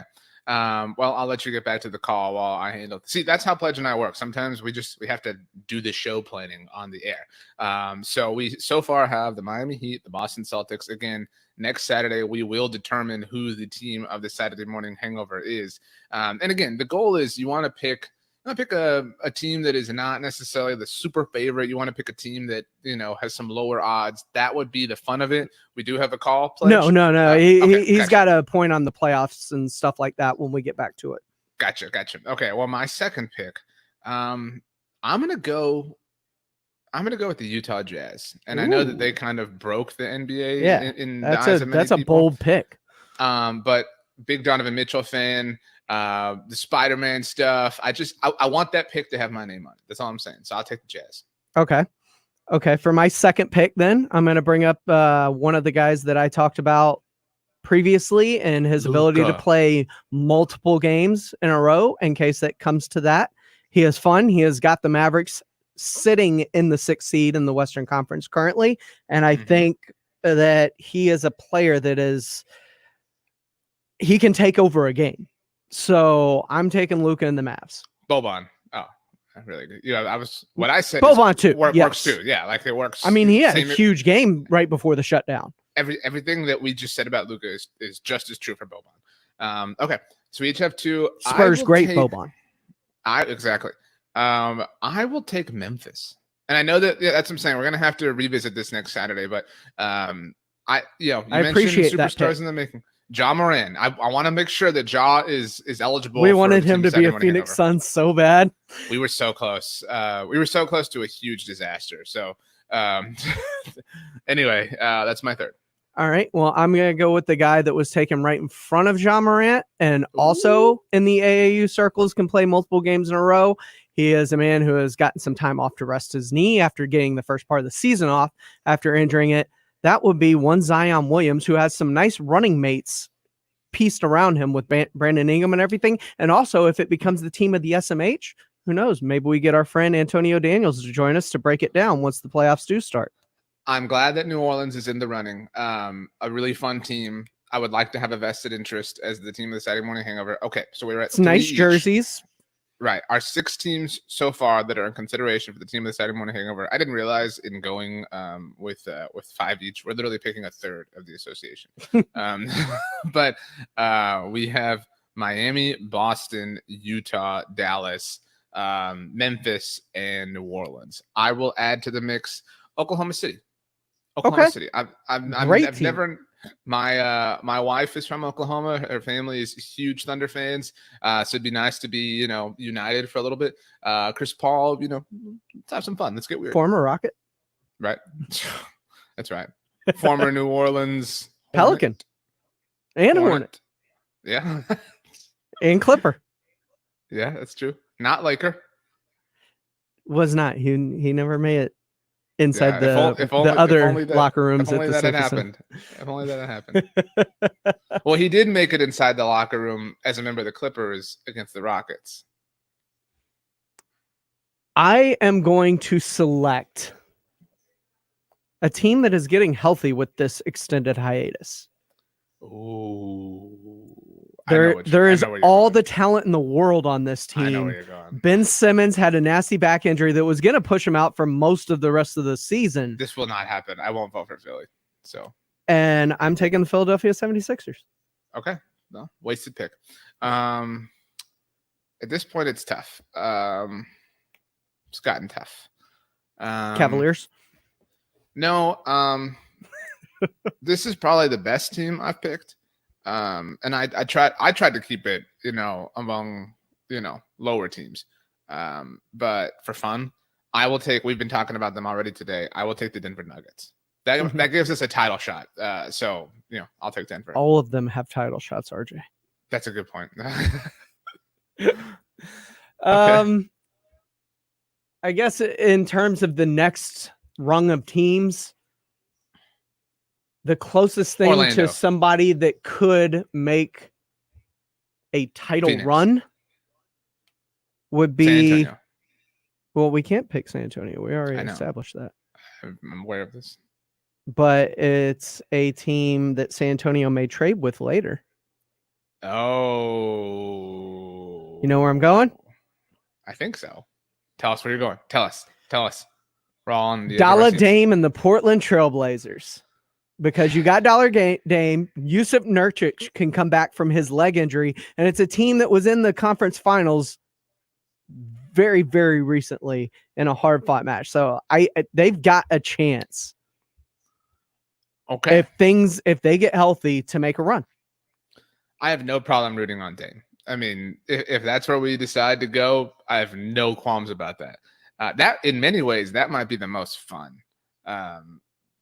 So shout out to Dame. Dame had a big week on Twitter. He did. Yeah. So, wow. Okay. Well, we'll see how everything goes on Thursday, and we'll have our official, in all theories, in all likelihood, we'll have our official sort of setup next Saturday, and we'll pick the team of the Saturday morning hangover, and we'll have 2 months to get hyped about it. Who's not hyped about that? I don't know, but I'm seeing the possibility of a very fun and exciting and locked in, whether it's the Spurs or other teams. Now, the team of the SMH, whoever that ends up being after next week. See, we might have to discount Memphis because we can't pick a team that the Spurs are going to have to go through. You know what I mean? Well, that eliminates the entire Western Conference set of teams. I know, but I'm talking about immediately. You know what I mean? They won't play them immediately. I mean, I guess that's true, but there's this. It feels like Memphis is closest to the Spurs in terms of contentiousness. You know what I mean? That feels to me like the big. I guess it's the biggest conflict of interest to me, Memphis. But you're right. Obviously, I mean, Denver and Dallas also sound like a conflict of interest. Dallas is a different conflict of interest. As is OKC and Portland. I think the favorite. And Right technically, now Portland's closer to San Antonio than San Antonio is to Memphis. I think that the In the heavy favorite standings. right now is Miami. I don't know. I think the Celtics got a shot at this.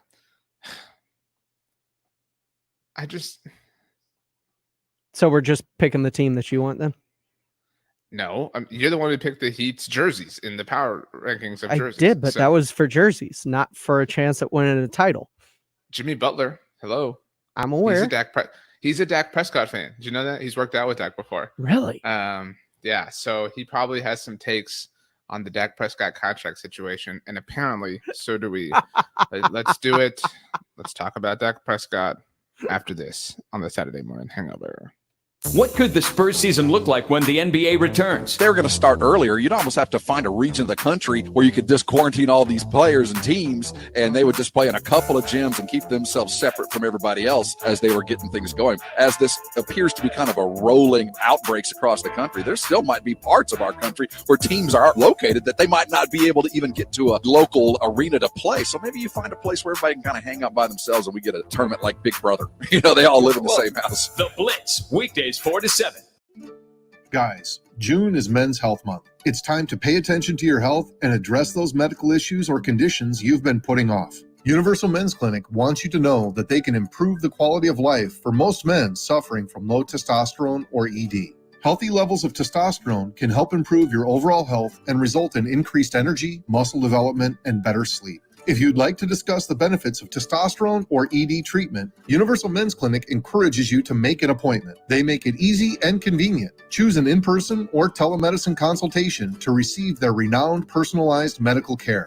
In celebration of Men's Health Month, Universal Men's Clinic will give you 75% off of your office visit and a free testosterone test. Make an appointment today, and your office visit will only be $49. Call Universal Men's Clinic at 210-615-7777. That's 210-615-7777. Or visit universalmensclinic.com. If you're a bacon lover, I've got great news for you. This is Michael Kielbasa with Kielbasa Smoked Meats. Our authentic dry-cured bacon is now available at grocery stores near you. We make it the old-fashioned way with the finest pork bellies in our legendary spice blend. We don't pump it full of water or chemicals like other brands. All you get is thick, savory slices of delicious bacon. I hope you'll give it a try, and if it's not the best bacon you've ever eaten, I'll give you your money back. Kielbasa Smoked Meats, slow crafted in Texas since 1949. When you read to your young children, you're helping them learn new words. Which book do you want your daddy to read to you? Moon. Good night, Moon. And since it's during their first 3 years that they learn the most, it's very important that you start reading to them today. In a big green room, there's a picture of a cow jumping over the moon. For you, it's a pleasant moment. For them, it's a better future. And the cow jumped over the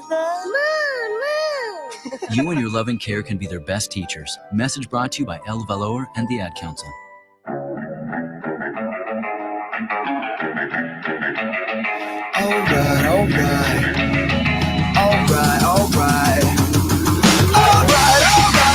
Welcome back.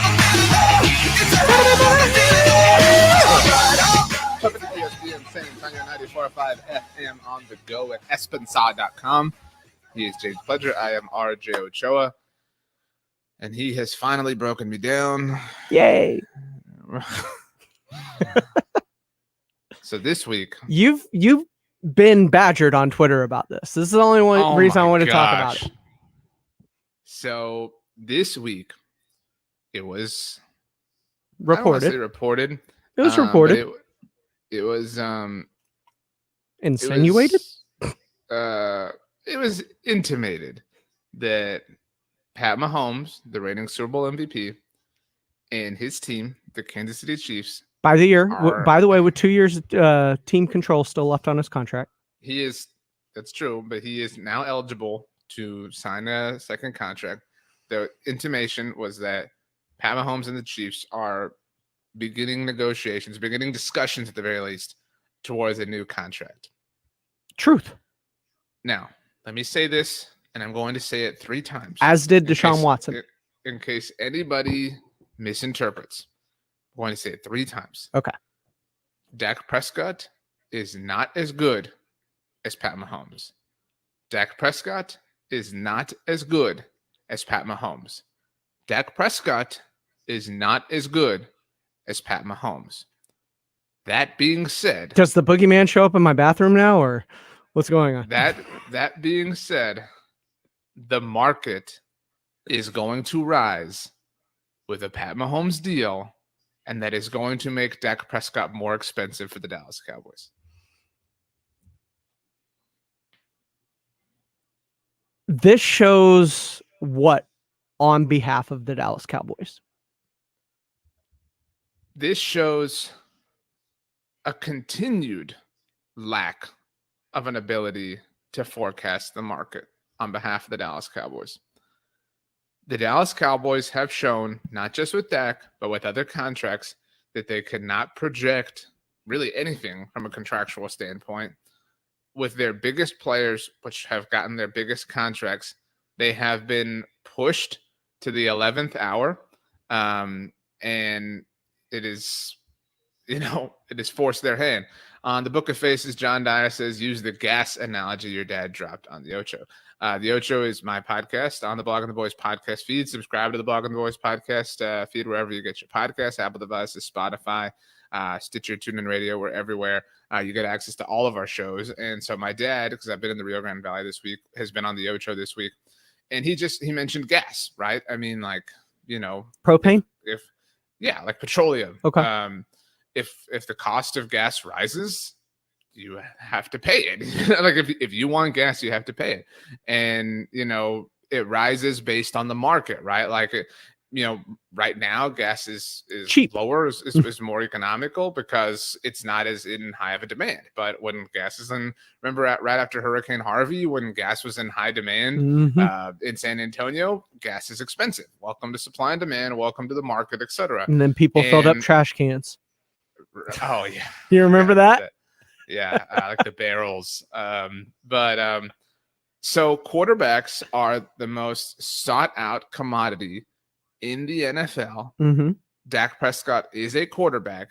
Mm-hmm. He has the supply, and the Cowboys need what he has. I mean, so the reality is that the Cowboys have dragged their feet on this, and it is going to cost them money.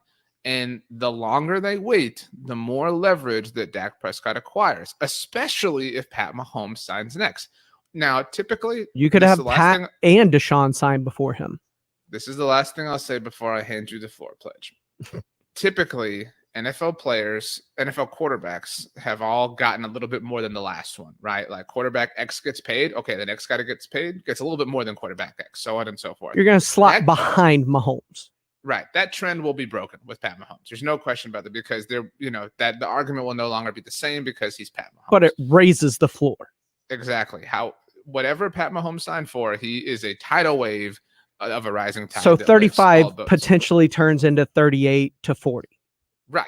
And so if you're in the interest of paying as little as possible, you should get it done first because, and if the Cowboys had gotten this done last year, if they had beaten Jared Goff, or if they had beaten Carson Wentz, or if they had beaten Russell Wilson, they would have Dak Prescott on the books for something, I don't know, about $35, $36 million per year, which would look economical at this point in time, especially given the fact that Dak Prescott really performed highly well last season.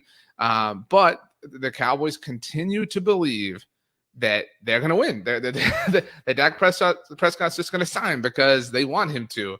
And it's just not going to work out that way. And I'm sorry, this is the actual last thing I'll say, because the argument becomes they're offering him $35 million.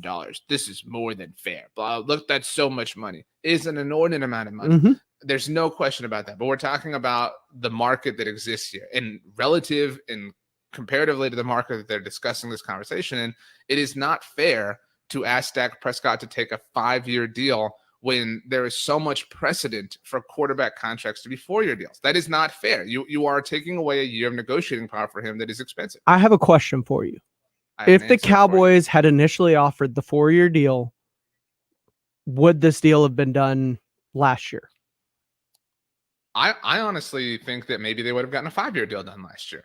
You know what I mean? Because last year the precedent was not as large for 4-year deals. But since that's the cost of waiting. The cost of waiting is that the market continues to be set by other people and other teams and other organizations. And that happened to them, for example, with Los Angeles and Todd Gurley. Because of the contract that Todd Gurley got and because of the precedent where he got paid after his 3rd year, suddenly Zeke Elliott had that negotiating power. Like, hey, look, there's precedent that Todd Gurley got paid after his 3rd year. I finished my 3rd year. Give me mine. But if the Cowboys had held strong on Zeke like they seemingly are on Dak to where, well, you can play out the rest of your contract, then we've got this franchise tag, which is a lot cheaper than the quarterback franchise tag. I think that they are. I think they're holding strong on Dak identically to how they did on Zeke. It's just the fact is they dragged their feet. They caved on Zeke 2 years early. No, but they caved on Zeke at the 11th hour of their season. That was, obviously they caved on Zeke 2 years early, but they weren't going to play their season without Zeke. And they faced the same reality of losing, Dak if they don't get him done by July 15th. I am not even. Okay, Joe Hernandez on Facebook, if you're not going to do it, says scenario. Dak gets hurt early in the season. Andy Dalton then leads the Cowboys to a Super Bowl. Does Dallas still pay Dak $35 to $40 million? There are a million things that are ridiculous about this hypothetical. If you want to go down the inordinate hypothetical lane that this presents, just consider the fact that Carson Wentz got hurt. Nick Foles led the Eagles to a Super Bowl. The Eagles let Nick Foles walk and then paid Carson Wentz. Mm-hmm. So, I mean, Yeah, We've probably. seen it happen. Yeah, if you want to be that hypothetical and that ridiculous, they probably still pay Dak Prescott. But I mean, so my point is, people continue to act like this is strange. That this is, the Cowboys are only being this way with Dak Prescott. They went to the 11th hour with DeMarcus Lawrence. He needed shoulder surgery last offseason. He said, "I'm not going to get this until you pay me. And the longer I wait, the longer I'm going to be out." So they paid him. I mean, he accelerated his time clock. Zeke Elliott accelerated his time clock by holding out. And it's not like they paid him at the beginning of his holdout or at training camp, a weekend or whatever. They waited until the 4th week of the preseason. It was literally the 11th hour, and they paid him. Here's the thing. Dak Prescott will get paid on July 15th. They took another great Cowboy running back into the regular season before paying him. They could have conceivably taken this Zeke thing further because of the way their schedule lined up so early in the season for them. They could have, but they were too terrified to consider the possibility of a Zeke-less offense. And they are even more terrified to consider the possibility of a Dak-less offense. And that's the most humoring take in all this is, man, I'm not sure the Cowboys are sold on Dak Prescott. Maybe that's what all this means. They must not be sold on him. Dude, they want to sign him to a 5-year deal. Like if anything, they are so overwhelmingly sold on Dak Prescott that they want that 5th year so they don't have to give up even more money. If you're looking for why? What explains all this answer? It's that they're cheap. I mean, it's that giving away a lot of money sucks. Like that's what it is. I mean, it truly does believe though that the NFL is starting to venture closer, at least when it comes to quarterbacks, closer to the NBA in terms of contracts, where not so much year to year. Yeah, not so much year to year, but I want shorter deals to recapitalize on my value when the market goes up, because we see that the market is continually rising. And so I think in the NBA, or at least in the NFL, we're going to start to see shorter term deals. It doesn't necessarily mean that they're going to leave, because you always do have the franchise tag to fall back on with these players unless they negotiate it into their contract that you can't use it, much like Tom Brady did. But I truly do think that the 5, 6, 7-year deals are a thing of the past in terms of at least quarterbacks, the non-career threatening injury position. I think that, God forbid quarterback X got hurt, he would still command an insane amount of money. I mean, not true. Imagine, and I wouldn't wish this on my worst enemy, but imagine an Alex Smith type injury happens to Dak Prescott. You said non-career threatening. Sure. I mean, there is no such thing outside of that, really, because ACLs are a thing of the past. That's what I'm saying. Like, look at Carson Wentz. Carson Wentz got a devastating injury, still got paid. You know what I mean? And that's just kind of, if you present that you are even remotely close to being a franchise quarterback, you will get paid. On the Book of Faces, John Dyer says, problem is Jerry thinks he's a great negotiator and history shows he's not. That's exactly the problem. I mean, somebody tweeted at me this week and said, imagine being RJ Ochoa and thinking you know more about the market than Jerry Jones. I don't think I know more about the market than Jerry Jones, but I do think that at least recent history shows that the Cowboys get bullied by their players looking for new contracts and ultimately cave. One thing I can forecast is the ability of players, and especially players' agents, relaying to their players, hey, look, an ACL is not what it used to be. It doesn't matter if you're coming off. And Emmanuel Sanders just got a big deal coming off an Achilles injury. These injuries aren't the same as they used to be. Quarterbacks aren't allowed to get touched as much anymore. So why not parlay that and cash in now and then quicker from now when that market has jumped by $10 million? That's the argument for players. I mean, and people, that's what I'm saying. That 5th year is very valuable. But people are like, well, he's being offered $35 million. That's an absurd amount of money. There's nobody's denying that. But that 5th year is, I remember during the Kawhi stuff, obviously there were a lot of us that were mad and upset and whatever. And I remember tweeting something about like, imagine, because there was obviously because the NBA offers, richer contracts to players that stay with teams, et cetera, and whatever. And I remember tweeting about that. Like Kawhi would actually, wants to go to San Antonio so much that he's willing to turn down this inordinate amount of money. And friend of the show, Peter Burns, tweeted back at me and responded. And he was like, the thing is, like, he can make that money up.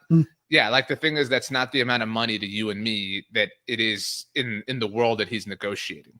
And, the reality and that's the thing, we had Tony Casillas and I do a podcast every week on the Blog on the Boys feed as well. And we had Jane Slater on this week. And she made the point that the optics of the world's current climate are not in Dak Prescott's favor, right? There's obviously so much that has been impacted economically throughout the coronavirus that, quibbling over $35, $36, $37 million is not a great look. But, Dak believes in what he believes in, and he's dug in. And, the fundamental lesson that if you have sort of been looking for a way to feel about this, that the number one takeaway is that waiting, like the Dallas Cowboys have for over a year now, waiting will only cost you more in the end, whether that's in terms of literal price, in terms of price per year, or in terms of giving up something that you don't want to give up, like the 5th year. That waiting will always cost you, especially in the world of quarterbacks. And the Dallas Cowboys, for whatever reason, cannot learn that lesson. Let's spin it forward to, let's look at the Houston Texans. J.J. Watt signed the richest contract by a defensive end in NFL history at the time for a defensive player. That he's making peanuts this year. Like, he's officially not on the books for guaranteed money, and it's nothing seems that exorbitant. DeAndre Hopkins, who they just traded away, had the richest wide receiver contract when he signed 2 years ago. And he is already trying to get back to the table this year. Right. I'll explain. I'll just because he is so underpaid. I'll respond with this, and that's why the ultimate answer to this is, instead of like negotiating prices, you're negotiating percentages. I'm going to command X% of a salary cap, and no quarterback, no player will get that, because the moment a team does that, they destroy the rest of the league.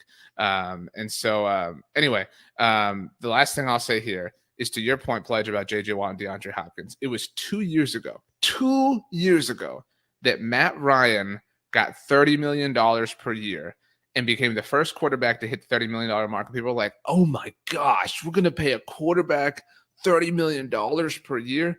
It meant like $30 million is nothing. You know what I mean? Like and that is, if Dak Prescott has gotten his deal done a year ago, we'd be saying, man, the Cowboys, that deal looks great a year later. And if they get it done this season, especially before Pat Mahomes and Deshaun Watson, we'll be saying the exact same thing a year from now.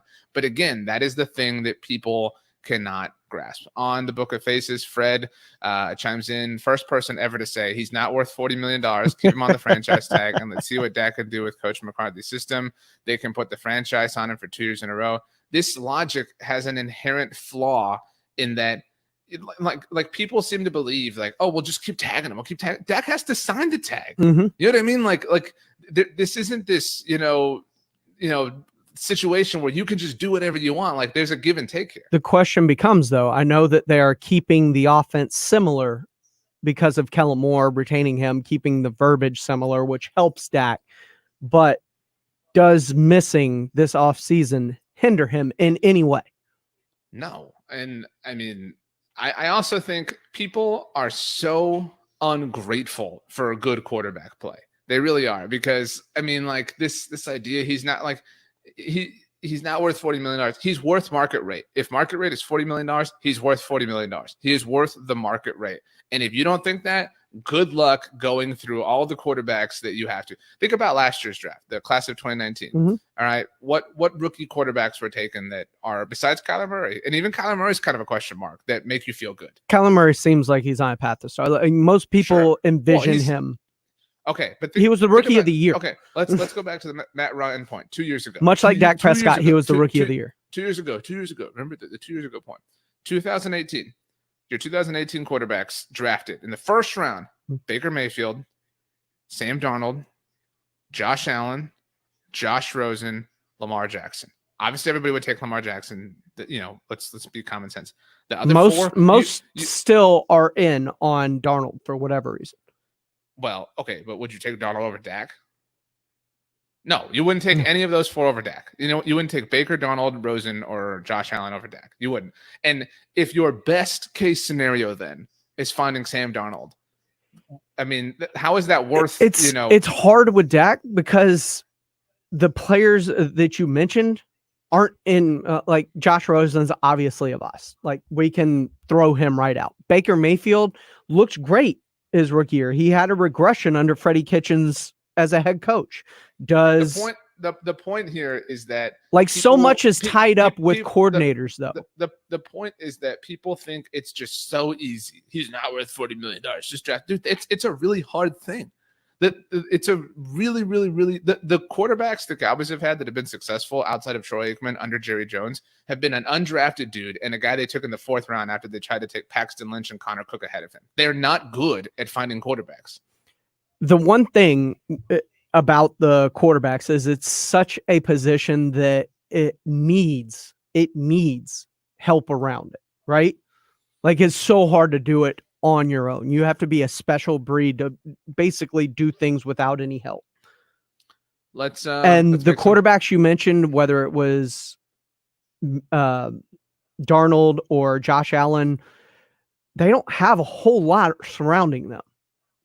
And you can't tell me that Cole Beasley's a great weapon to have outside of him. Cole Beasley was that was the best weapon that Dak Prescott had in 2018. So that argument existed for Dak Prescott once upon a time. It's almost like giving good players other good players. It really helps. It does. You know what I mean, but that's part of it, and that's part of the salary cap world is being able to afford the good quarterback and the good talent. And they can. I mean, again, there's this misconception that if the Cowboys sign Dak Prescott, they're not going to be able to afford anybody else. Again, a huge misconception. But let's take a break. Let's make some predictions, and then let's crack open some Diet Cokes next on the Saturday Morning Hangover. Father's Day is coming, and what better gifts than cash and food? Woohoo! ESPN San Antonio's Dad's Distancing Dome, presented by Southern Recipe Small Batch Pork Rinds. Go to ESPNSA.com and register to win $1,000 and a year's supply of Southern Recipe Small Batch Pork Rinds. You can find Southern Recipe at HEB. Southern Recipe Small Batch. It's a different kind of rind. ESPN San Antonio's Dad's Distancing Dome. Online now at ESPNSA.com. The Dan Le Batard Show. Weekdays 9 till noon. Time now for Celebrity Prognosticator. Hey. And now it is time for Celebrity Prognosticator. Let's win some money.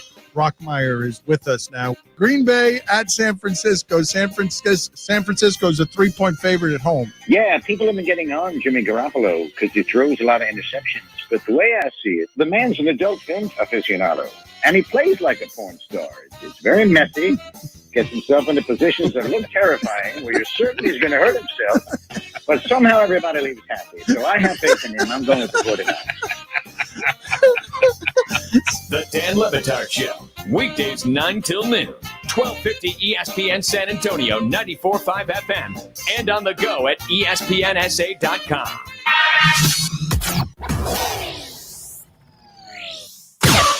The era of the clapper has ended in Dallas. The Mike McCarthy era is upon us. Is it an upgrade? I'm very curious to see how a run game affects what Mike McCarthy wants to do, because he's never really had that when he was in Green Bay. They had pieces and parts, and they had some, effective run games periodically. But for the last 2 years of McCarthy's reign in Green Bay, their best running back was a wide receiver. He literally has not had a running back, and you suddenly give him that, a stable offensive line that he did not have, and wide receiver core that, to by the numbers, tell us it was better than what Green Bay had had. You got to figure McCarthy's looking at, all right, man, I don't need a great defense. I just need a decent defense because I'm going to score a bunch of football points. I don't. Are you guys excited about the McCarthy hire? The Blitz, weekdays 4 to 7. 1250 ESPN San Antonio and 94.5 FM for everything Dallas Cowboys.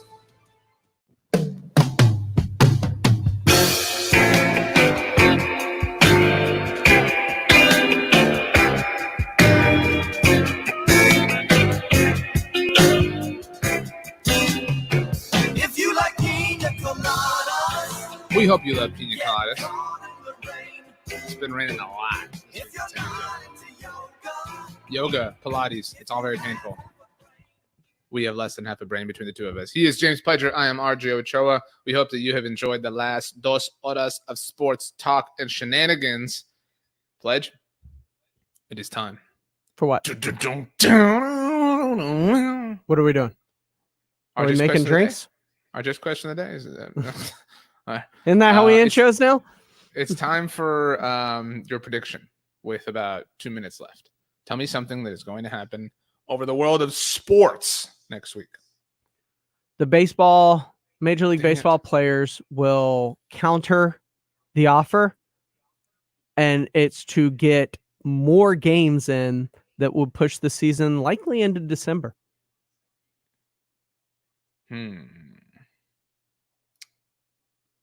ready for snowy baseball games? That would be wild. Right? That'd be kind of cool. I've said many times that, like, baseball's serious when, like, the crowd all has jackets on. You know what I mean? Like, so if you're telling me there's, like, snowsuits, that would be legit. That would be wild, too, if it was, like, a Yankees-Dodgers World Series. And so, like, half the games are, like... sunny, 90. Yeah, and then the other half are, like, snowing and terrible and just dark and rainy. That'd be funny. I'll say that we hear that an unnamed NBA superstar and an unnamed NBA All-Star is opposed to the format that is being floated around by ownership. Okay. That's how we roll. I hope you have a great weekend, Pledge. I hope you do too, RJ. I hope Enjoy the everybody rest of the listening has a time great you're weekend. with your parents. Are you going to be back next weekend? Yeah, I'll be back. Okay. Don't worry. Are we going to hit the driving range? The Lynx. Yeah, I'll play some golf tomorrow. Well, I meant when you come back. Yes. Okay. We already said yes. Okay. Well, you said I'm going to play golf tomorrow. I was like, I'm not going to be there. If anybody wants to play with us, at I Am Pledger, at RJ Ochoa, we'll figure it out. So everybody have a good weekend. This has been the Saturday Morning Hangover. Thanks for joining us. We'll see you next Saturday.